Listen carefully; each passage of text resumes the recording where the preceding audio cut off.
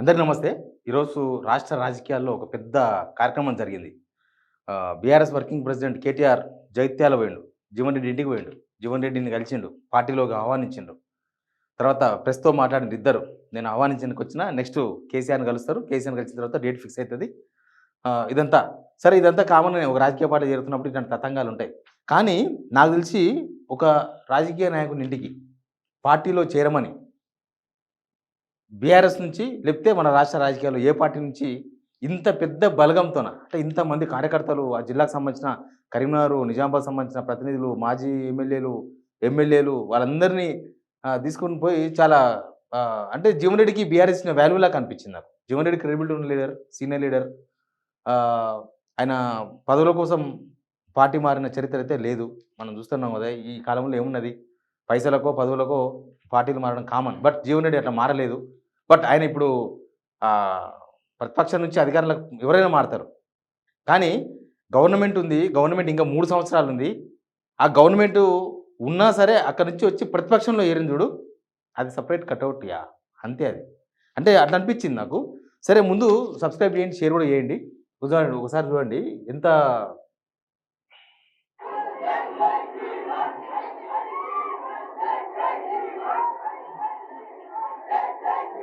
ఇక్కడ ఉన్నారు జీవన్ రెడ్డి.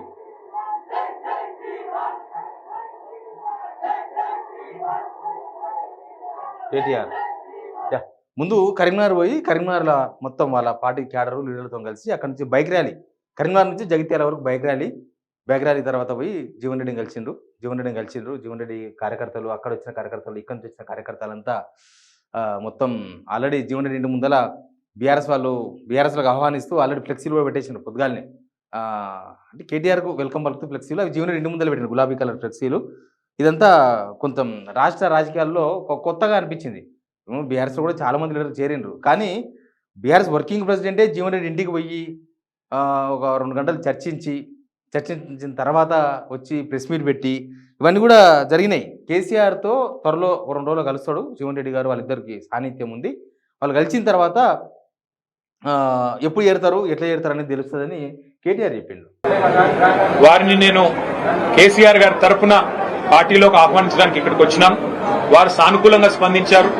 మాకు కేసీఆర్ గారితో నాకు వ్యక్తిగతంగా కూడా చాలా అనుబంధం ఉంది. కానీ మీరందరూ వచ్చారు, ఆహ్వానించారు, సంతోషం. కానీ ఒకసారి నేను కేసీఆర్ గారిని కూడా కలిసి ఈ రాబోయే 2-3 రోజుల్లో నేను నా నిర్ణయం తప్పకుండా చెప్తానని చెప్పి జీవన్ రెడ్డి గారు చెప్పారు. చాలా సంతోషం. తర్వాత జీవన్ రెడ్డి గారు కూడా మాట్లాడారు.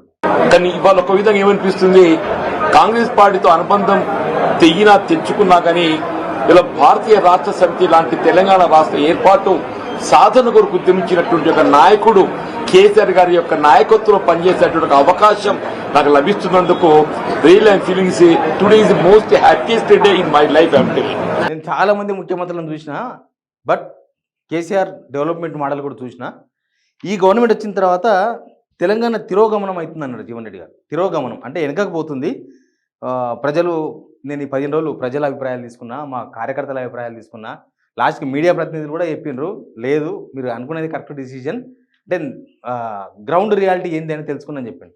ఆయన ఇప్పుడు బీఆర్ఎస్లో చేరుతున్నాడంటే జీవన్ రెడ్డి గారు అంత ఈజీగా అంటే నిర్ణయం తీసుకునేటప్పుడు చాలా ఆలోచనలు చేసి చాలామందితో మాట్లాడి ఫీడ్బ్యాక్ తీసుకొని బహుశా ఆయన జాయిన్ అవుతున్నాడు. గ్రౌండ్ రియాలిటీ ఏందో తెలుసుకున్నాడు. గ్రౌండ్ రియాలిటీ గవర్నమెంట్ మీద తీవ్రమైన వ్యతిరేకత, నెక్స్ట్ ఆల్టర్నేట్ బీఆర్ఎస్గా జనం అనుకున్నట్టుగా జీవన్ రెడ్డి గారు బహుశా అదంతా చూసిన తర్వాతనే ఆయన ఈ నిర్ణయం తీసుకున్నాడు. దీన్ని కాంగ్రెస్ వాళ్ళు అర్థం చేసుకోవాలి. దీనిలో కాంగ్రెస్ వాళ్ళ అహంకారం కూడా మనం అర్థం చేసుకోవాలి. కాంగ్రెస్ వాళ్ళ అహంకారం ఏంటంటే నిజానికి కేటీఆర్ మాట్లాడుతూ ఒక సందర్భంలో ఒక కామెంట్ చేసింది ఇక్కడనే ఈ ప్రెస్ మీట్లో. కేసీఆర్కు జీవన్ రెడ్డికి ఉన్న పరిచయం అంత సంవత్సరాలు కూడా నాకు ఎక్స్పీరియన్స్ లేదు కాబట్టి నేను మాట్లాడను. వాళ్ళిద్దరు కలిసి మాట్లాడుకున్న తర్వాత ఎప్పుడు జాయిన్ అవుతారు, ఎక్కడ జాయిన్ అవుతారో డిసైడ్ చేస్తారని. సేమ్ దాంతో నేను ఒక టాలీ చేద్దాం అనుకుంటున్నాను. రేవంత్ రెడ్డి ఆయన 17 సంవత్సరాల్లో ముఖ్యమంత్రి ప్రకటించుకున్నాడు. 18 సంవత్సరాలు ఏంటిది ఇప్పటికి. జీవన్ రెడ్డి 42 ఏళ్ళకి వెళ్ళి కాంగ్రెస్లో ఉన్నాడు. 6 సార్లు టీడీపీ ఒకసారి, తర్వాత నాదేళ్ళు ఒకసారి పోతే దాదాపు ఆయన ఒక 20-25 ఏళ్ళు 20 ఏళ్ళు ఎమ్మెల్యేగా కొనసాగిండు. అంటే ఆయనకున్న పొలిటికల్ రాజకీయ జీవితం అంతా రేవంత్ రెడ్డి కూడా ఎక్స్పీరియన్స్ లేదు. ఆయన ఇంటికి పోయి మాట్లాడొస్తే బహుశా జీవన్ రెడ్డి మెత్తబడుతుండే. జీవన్ రెడ్డి కూడా గట్టిగా పట్టుదల ఉండే వ్యక్తి ఏం కాదు, కొంచెం చూసుకొని పోయేతోడే. కనీసం ఫోన్ కూడా వేయలేకపోయాడు. రేవంత్ రెడ్డికి అడ్డం పడ్డది. నేను ముఖ్యమంత్రిని, జీవన్ రెడ్డికి నేను ఫోన్ చేయాలనా అని బహుశా ఆయనకు అహంకారి అంటే ఇదే. అహం అంటే ఇంకా వేరేం కాదు. అహం, గర్వం అంటారు చూడు అది. బట్ మనకి ఈ చేరికతోన కొన్ని విషయాలు మాత్రం ఒకటి అర్థం చేసుకోవాలి. బీఆర్ఎస్లో జీవన్ రెడ్డి చేరికను బీఆర్ఎస్ఏ చాలా ఇంపార్టెంట్గా చూస్తుంది. చాలా ఇంపార్టెంట్గా చూస్తుంది. ఎందుకంటే కాంగ్రెస్ పార్టీలో అంత సీనియర్ లీడరు, కాంగ్రెస్ పార్టీలో క్రెడిబిలిటీ ఉన్న లీడరు, అధికార పార్టీ నుంచి అంత పెద్ద లీడర్ వస్తున్నప్పుడు అది బీఆర్ఎస్కు ఎట్లా పాజిటివ్ కాబట్టి వాళ్ళు కూడా దాని ఒక పెద్ద కార్యక్రమంలాగా చేయాలనుకుంటున్నారు. జగిత్యాల ప్లీనరీ పెట్టాలన్నా, బహిరంగ సభ పెట్టాలని, ఏదో ఒకటి బహిరంగ సభ 1,00,000 మందితో పెడతారు, కాన్స్టిట్యూన్సీ లెవెల్ మీటింగ్ పెడతారు. బట్ జీవన్ రెడ్డి జగిత్యాల లీడర్ మాత్రం కాదు. ఆయన గురించి రాష్ట్ర వ్యాప్తంగా మాట్లాడుకుంటున్నారు. జీవన్ రెడ్డికి ఇట్లా చేసిండ్రా, ఇన్ని సంవత్సరాలు కాంగ్రెస్ పార్టీ జెండా మోసిన ఒక లీడర్కు ఈ గతి పట్టించిండా రేవంత్ రెడ్డి. అంటే అధికారం ఉన్నప్పుడు కనబడరు నిజంగా లీడర్లు. అధికారం ఉన్నప్పుడు ఎవరు కనబడరు, కళ్ళకు అంత చీమల్లాగా కనిపిస్తారు బహుశా. ఎవరు అధికారం ఉంటే వాళ్ళకు. ఇప్పుడు ఈయన కూడా జీవన్ రెడ్డి గారి బలము, జీవన్ రెడ్డి గారు కనపాలేము రేవంత్ రెడ్డికి. బట్ ఆయన ఎమ్మెల్యే సంజయ్తో కాదు గొడవ జీవన్ రెడ్డిది, రేవంత్ రెడ్డితోనే గొడవ. రేవంత్ రెడ్డి చేసిన పనే చెప్పకుండా జాయిన్ చేసుకోవడము, జాయిన్ చేసుకున్న తర్వాత కూడా సరిగా వాల్యూ ఇవ్వకపోవడము, ఇవన్నీ కూడా చాలా కనిపించినాయి. కాంగ్రెస్ పార్టీలో ఇంత సుదీర్ఘ అనుభవం ఉన్న లీడర్ పోతుంటే గ్రౌండ్ రియాలిటీ ఏందనేది కాంగ్రెస్ వాళ్ళు అర్థం చేసుకోవాలి. గ్రౌండ్ రియాలిటీ ఏంది, గ్రౌండ్ రియాలిటీ ఎట్లా ఉంటే ఒక సీనియర్ లీడర్ ఇప్పుడు నిజంగానే కాంగ్రెస్ పార్టీకి జనమంతా కూడా బాగా అసలు కాంగ్రెసే, అసలు వీళ్ళందరూ వేస్ట్ అన్నారు అనుకో. కాంగ్రెస్ గవర్నమెంటే మస్తు చేస్తుంది, అసలు కాంగ్రెస్ గవర్నమెంట్ మార్పు అనిపించింది, అసలు రేవంత్ రెడ్డి పరిపాలన సూపర్, కేసీఆర్ గవర్నమెంట్ పోగినట్టుగానో, వైఎస్ గవర్నమెంట్ పోగినట్టుగానో జనం పోగినది అనుకో, ఎవరు ధైర్యం చేయరు. ఇబ్బంది అయినా గవర్నమెంట్లే ఉంటారు. కానీ జీవన్ రెడ్డి గారే కాదు, ఆయనతో పాటు చాలామంది సర్పంచులు, కౌన్సిలర్లు, వాళ్ళు వీళ్ళు చాలామంది వచ్చేటట్లు కనిపిస్తున్నది. పార్టీలో ఉన్న ఇంకా కొంతమంది సీనియర్ లీడర్లు కూడా ఇప్పుడిప్పుడే మాట్లాడుతున్నారు, మనం కూడా పోయే టైం వచ్చిందేమో అని. అంటే పదవుల కోసం పార్టీ మన లీడర్ అయితే కాదు, బట్ గ్రౌండ్ సిచ్యువేషన్ చూసిన తర్వాత కాంగ్రెస్ పార్టీలో ఉన్న పరిస్థితులు, అవమానాలు, ఇవన్నీ చూసిన తర్వాత బహుశా జీవన్ రెడ్డి గారు ఈ నిర్ణయం తీసుకున్నారు. బట్ గ్రౌండ్ గురించి ఎవరో 10 మంది, 100 మంది, 1000 మంది చెప్పాలని అవసరం లేదు. జీవన్ రెడ్డి అని ఒక సీనియర్ లీడర్, పర్ఫెక్ట్ మ్యాన్ అంటే రాజకీయాలు ఇన్ని సంవత్సరాల నుంచి చూసుకుంటూ వచ్చినాడు. ఏ ప్రభుత్వంలో ఎట్లా ఉంది, జనం అభిప్రాయం ఏంది, ప్రభుత్వాల మీద జనాల అభిప్రాయాలు ఎట్లా మారుతున్నాయి, అసలు ఈ గవర్నమెంట్ ఈ 2.5 సంవత్సరాల్లో ఏం చేసింది, ఈ 2.5 సంవత్సరాల్లో జనం అభిప్రాయం ఓట్లేసే ముందు, ఓట్లేసిన తర్వాత ఇప్పుడున్న సిచ్యువేషన్ ఏంది, ఇట్లాంటివన్నీ కూడా జల్లెడ పట్టిన తర్వాత జీవన్ రెడ్డి గారు ఆయన ఇచ్చిన స్టేట్మెంట్ అది. ఏమని మొన్న ఇచ్చిన స్టేట్మెంట్ అది. అప్పుడేమో రేవంత్ రావాలి, కేసీఆర్ పోవాలి, మార్పు రావాలి, కేసీఆర్ పోవాలని జనం అన్నారు. బట్ 2.5 ఇయర్స్కే రేవంత్ పోవాలి, గవర్నమెంట్ పోవాలి, కేసీఆర్ రావాలి అంటున్నారని స్టేట్మెంట్ ఇచ్చిన. అంటే అట్లాంటి సిచ్యువేషన్ కనిపిస్తుంది. ఉత్తర తెలంగాణలో ఇంకా చైతన్యం బాగుంటుంది. బట్ జనం బీఆర్ఎస్ వైపు మొగ్గు చూపుతున్నారు అనేది మనకు రియాలిటీగా కూడా కనబడుతుంది కదా.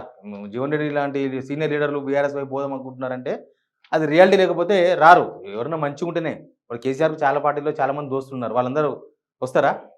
వాళ్ళ పార్టీ మంచిగా ఉంటే అందరూ వస్తారు. చూడలేదా అంతకుముందు పీసీ చీఫ్గా పనిచేసిన డిఎస్ లాంటి వాళ్ళంతా గవర్నమెంట్ వచ్చినాక పోయారు. కానీ ప్రతిపక్షంలో ఉన్నప్పుడు పోయిన చూసినరా, అది చాలా ఇంపార్టెంట్. అది బీఆర్ఎస్ కూడా ఒక పెద్ద టానికే. కాంగ్రెస్కు మాత్రం ఇది చాలా బ్యాడ్ లక్. ఎవరికి నచ్చలే, కాంగ్రెస్ వాళ్ళకు కూడా నచ్చలే. కాంగ్రెస్లో సీనియర్ లీడర్లు ఉన్నారు కదా, మినిస్టర్లు, వీళ్ళు వాళ్ళకు కూడా జీవన్ రెడ్డిని ఇట్లా పంపించడం కాంగ్రెస్ నుంచి ఆయన ఇక్కడ అవమానాలు ఎదుర్కోలేకపోవడం అనేది కాంగ్రెస్ లీడర్ కూడా నచ్చలేదు. కానీ ఏం చేయలేరు, వాళ్ళు ఏం చేయలేని సిచ్యువేషన్లో ఉన్నారు. వాళ్ళు ఎవరు రేవంత్ రెడ్డికి ఎదురు తిరగలేరు, రేవంత్ రెడ్డికి ఏం చెప్పలేరు, అట్లా బాధపడుతూనే ఉన్నారు తప్ప వాళ్ళు ఏం చెప్పలేరు. కాకపోతే వాళ్ళకు కూడా గ్రౌండ్ రియాలిటీ తెలుసు. ఇక జీవన్ రెడ్డి గారు ఒక నిర్ణయం తీసుకున్నారు అంటే అంత ఈజీగా, ఆయన ఎప్పుడో 42 సంవత్సరాల క్రితం, అప్పుడెప్పుడో 1980sలో పార్టీ మారిండు, మళ్ళీ ఇప్పుడు మారిండు పార్టీ.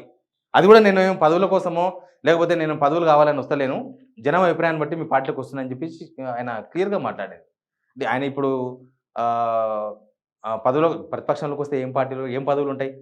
గవర్నమెంట్ వస్తే పదవులు ఉంటాయి, కానీ ప్రతిపక్షంలోకి వచ్చిన వాళ్ళు వాళ్ళకేం పదవులు, ఏముంటాయి? పార్టీ పదవులు తప్ప గవర్నమెంట్ పదవులు అయితే ఉండవు కదా. బట్ ఎనీవే, కాంగ్రెస్కి ఇది బ్యాడ్ సిగ్నల్స్.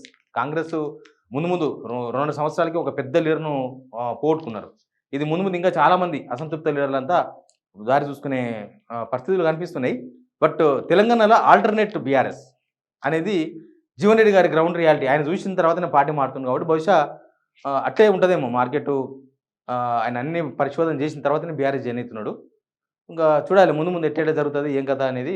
రాజకీయాలు అయితే చాలా ఇంట్రెస్ట్గా మారే అవకాశాలు ఉన్నాయి. జీవన్ రెడ్డి ఒక్కటి జాయిన్ కాడు, దాని ఇంకా పెద్ద కథ ఉంటుంది. ఆ కథ అంతా మనం తర్వాత చూద్దాం. Please subscribe.